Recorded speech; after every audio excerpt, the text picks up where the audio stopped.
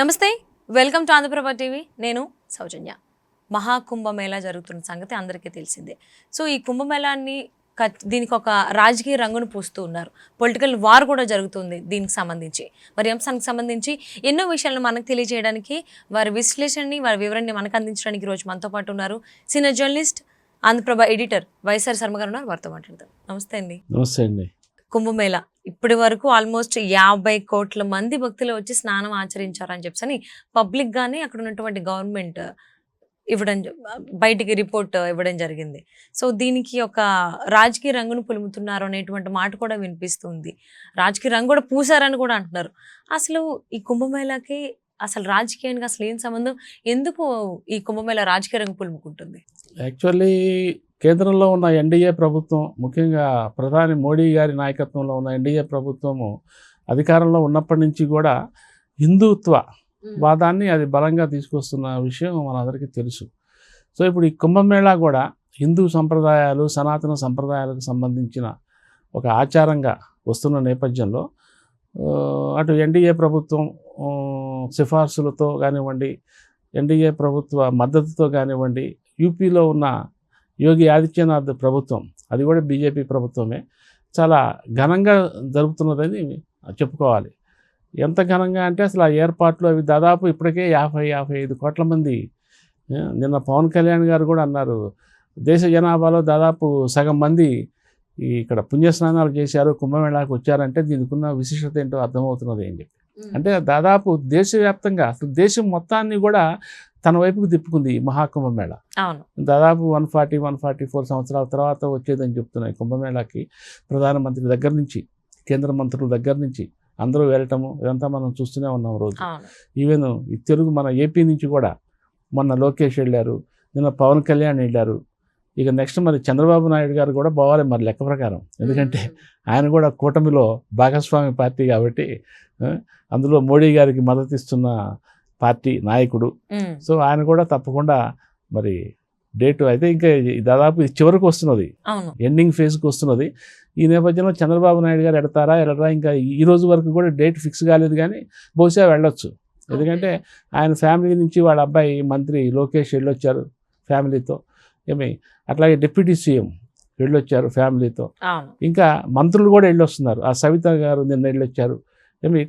అట్లాగే ఎమ్మెల్యేలు, ఎంపీలు, మొన్ననో డిప్యూటీ స్పీకర్ రఘురామకృష్ణరాజు గారు, అట్లాగే అనకాపల్లి ఎంపీ సీఎం రమేష్ గారు, పులివెందుల అతను బీటెక్ రవి, వీళ్ళందరూ కూడా మనకు కనిపిస్తున్నారు అక్కడ ఆ సంగమ క్షేత్రంలో.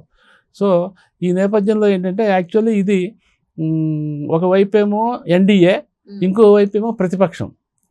ఎన్డీఏ వర్సెస్ ప్రతిపక్షం అంటే అధికార పార్టీ, కేంద్రంలో అధికార party versus Congress and other India కూటమి ఈ భాగస్వామ్య పార్టీల మధ్య ఒక పొలిటికల్ వార్ లాగా తయారైంది ఇది. ఎందుకంటే ఇటు మోడీ ప్రభుత్వం, యోగి ప్రభుత్వము దీన్ని ఒక హిందూ సాంప్రదాయ కోణంలో దీన్ని ప్రొజెక్ట్ చేస్తూ వాళ్ళు రాజకీయ లబ్ధి పొందుతున్నారు అనేది ప్రతిపక్షాల ఉద్దేశం, అభిప్రాయం, వాళ్ళ అనాలిసిస్ అది. అందుకనే యాక్చువల్లీ నిన్న కూడా పశ్చిమ బెంగాల్ ముఖ్యమంత్రి మమతా బెనర్జీ గారు ఇది కుంభమేళ కాదు మృత్యుమేళ అని చెప్పి ఆవిడ చాలా పెద్ద స్టేట్మెంట్ ఇచ్చారు. తొక్కిసలాట్లో జరిగి చచ్చిపోతుంటే అక్కడేమో మన తొక్కిసలాట్లోనేమో అంతమంది చచ్చిపోయినారు, తర్వాత ఢిల్లీ రైల్వే స్టేషన్లో 18 మంది చచ్చిపోయినారు తొక్కిసలాట. సో ఇవన్నీ కూడా ఈ తొక్కిసలాట నేపథ్యంలో ఇది మృత్యు మేళా తప్ప కుంభమేళా కాదని చెప్పి ఆవిడ తీవ్రస్థాయిలో ఆరోపణలు చేశారు. అట్లాగే కాంగ్రెస్ ప్రెసిడెంట్ మల్లికార్జున ఖర్గే గారు కూడా అసలు ఇవన్నీ ఏంటి, మూఢాచారాలు, మూఢనమ్మకాలు, నీడల్లో మునగంగానే పవిత్రత వచ్చేస్తుందా, అదంతా కూడా మన ప్రజలకు సేవ చేయడంలోనే ఉంది కానీ అని చెప్పి ఆయన. అట్లాగే యూపీ మాజీ సీఎం అఖిలేష్ యాదవ్, సమాజ్వాదీ పార్టీ నాయకుడు అఖిలేష్ యాదవ్ గారు కూడా దీన్ని విమర్శించడము, దీనివల్ల ముక్తి ఏమి రాదు, తొక్కిసలాటలు, ఈ మరణాలు తప్ప అని చెప్పి ఇట్లా రకరకాలుగా, అంటే యావత్ అపోజిషన్ కూడా దీని మీద ఒక నెగటివిటీని ఫ్రేమ్ చేసేసి విమర్శలు చేస్తున్నది. సో అందుకేనా కాంగ్రెస్కి సంబంధించిన తెలంగాణ ముఖ్యమంత్రి రేవంత్ రెడ్డి గారు అటు వెళ్ళేటువంటి అవకాశం కానీ అటు చూస్తున్నారని కూడా ఎక్కడ వార్తలు రావట్లేదు? ఎస్, యాక్చువల్లీ జాతీయ స్థాయిలో వాళ్ళు కుంభమేళాన్ని సమర్థించడం లేదు, అందుకనే వెళ్ళట్లేదా?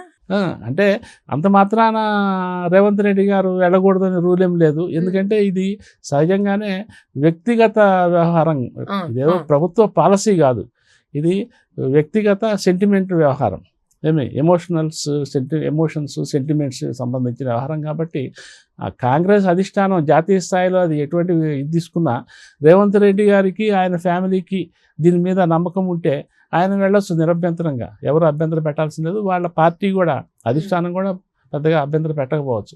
కానీ రేవంత్ రెడ్డి గారు మరి వాళ్ళ పార్టీ అధిష్టానం ఎట్లా ఫీలింగ్స్ ఎట్లా ఉన్నాయో దాన్ని బట్టి ఆయన ఆ అడుగుజాడల్లోనే నడవచ్చు. అందుకని మీరు అన్నట్టు ఆయన వెళ్ళకపోయినా ఆశ్చర్యం లేదు, అట్లా కాకుండా ఇది వ్యక్తిగతం కాబట్టి వెళ్ళినా ఆశ్చర్యం లేదు. సో ఇది ఒక యాంగిల్. మొత్తం మీద ఏంటంటే ఈ కుంభమేళా అనేది ఒక 2 ఇన్సిడెంట్స్, 2 దుర్ఘటనలు జరిగేసరికి ఏంటంటే ప్రతిపక్షానికి వాయిస్ వచ్చింది.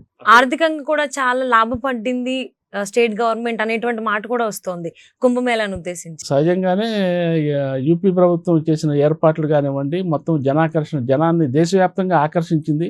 రోజు లక్షల మంది అక్కడికి వెళ్ళి పుణ్యస్నానాలు చేస్తున్నారు. అదంతా కూడా ఉత్తరప్రదేశ్ ప్రభుత్వానికి రెవెన్యూ సంపాదించి పెట్టే ఇదే. కానీ దీన్ని జనరల్గా ఏంటంటే ఇది ఒక సనాతన ధర్మ ఆచారము, హిందుత్వకు సంబంధించిన అంశం కాబట్టి దీన్ని రెవెన్యూ కోణంలో చూడకూడదు, ఆదాయం కోణంలో చూడకూడదు. సహజంగానే ఇంతమంది లక్షల్లో కోట్లలో జనం వస్తున్నప్పుడు ఆ ఏరియాలో బోల్డ్ అంత ఉపాధి, అదనపు ఉపాధి, సీజనల్ ఎంప్లాయ్మెంట్ దొరుకుతుంది ఈ నెలన్నర రోజులు ఏమండి. అట్లాగే రకరకాల వ్యాపారాలు సాగుతూ ఉంటాయి. సో సహజంగానే ఆదాయం విషయంలో దానికి పెద్ద మనం వివేదించాల్సిన పని లేదు, వస్తుంది సహజంగానే. కానీ దీన్ని ఆ కోణంలో చూడటం కాకుండా ఇది ఒక పుణ్యకార్యంగా ఆ త్రివేణి సంగమంలో పుణ్యస్నానం చేస్తే ముక్తి లభిస్తుంది అనేది కదా సెంటిమెంట్. సో ఆ కోణంలోనే దీన్ని చూడాలి తప్ప దీన్ని ఇతరత్రా చూడకూడదు అనేది అధికార పార్టీలు చెప్తున్నాయి. కానీ ప్రతిపక్షాలు మాత్రం దీన్ని వీలైనంత వరకు, అంటే దేశంలో సనాతనవాదులు ఉంటారు, ఆధునికవాదులు ఉంటారు, హేతువాదులు ఉంటారు, ఆస్తికులు ఉంటారు, నాస్తికులు ఉంటారు సొసైటీలో. సో ఇందులో ఒక సనాతనవాదులని మాత్రమే దృష్టిలో పెట్టుకొని దీన్ని ఒక గ్రాండ్గా లాగా చేస్తున్నది ప్రభుత్వం అనేది ప్రతిపక్షం ఉద్దేశం. సో ప్రతిపక్షం ఏంటంటే ఈ కుంభమేళా, ఈ సనాతన ఆచారాలు సమ్మతించని, వ్యతిరేకించని, ఆమోదించని ఇంకా వర్గాలు ఉంటాయి కదా, బోల్డెన్ వర్గాలు, వాళ్ళని ఆకర్షించడం కోసం, వాళ్ళ మెప్పు పొందడం కోసం మీరు ఇటువంటి స్టాండ్ తీసుకుంటున్నారు అని చెప్పి అటు ఎన్డీఏ నాయకులు కానివ్వండి, ఇటు యూపీ ప్రభుత్వం కానివ్వండి, బీజేపీ నాయకులు కానివ్వండి విమర్శిస్తున్నారు. సో ఇది క్లైమాక్స్కి వస్తుంది కాబట్టి, ఇక తుది దశకు వస్తుంది కాబట్టి ఇటువంటి ఆరోపణలు ఇంకా రోజు జరిగే అవకాశం ఉంది, వచ్చే అవకాశం ఉంది. సో మొత్తం మీద ఏంటంటే ప్రభుత్వం వైపు నుంచి ఏదో 2 అపశృతులు తప్ప ఇక ఇదైతే ఒక ప్రపంచవ్యాప్తంగా విదేశాల నుంచి కూడా వస్తున్న భక్తులు ఉన్నారు.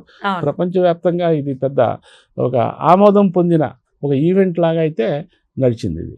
అవును. సో కుంభమేళకు సంబంధించి అది ఆధ్యాత్మిక కార్యక్రమంగానే ఆలోచించాలి, అలానే తీసుకోవాలి, దానికి రాజకీయాన్ని అయితే కలపకూడదు, పులుమకూడదు. సో అలానే ఉంటారని చెప్పి ఆశిద్దామండి. థ్యాంక్ యూ సో మచ్ అండి. Thank you.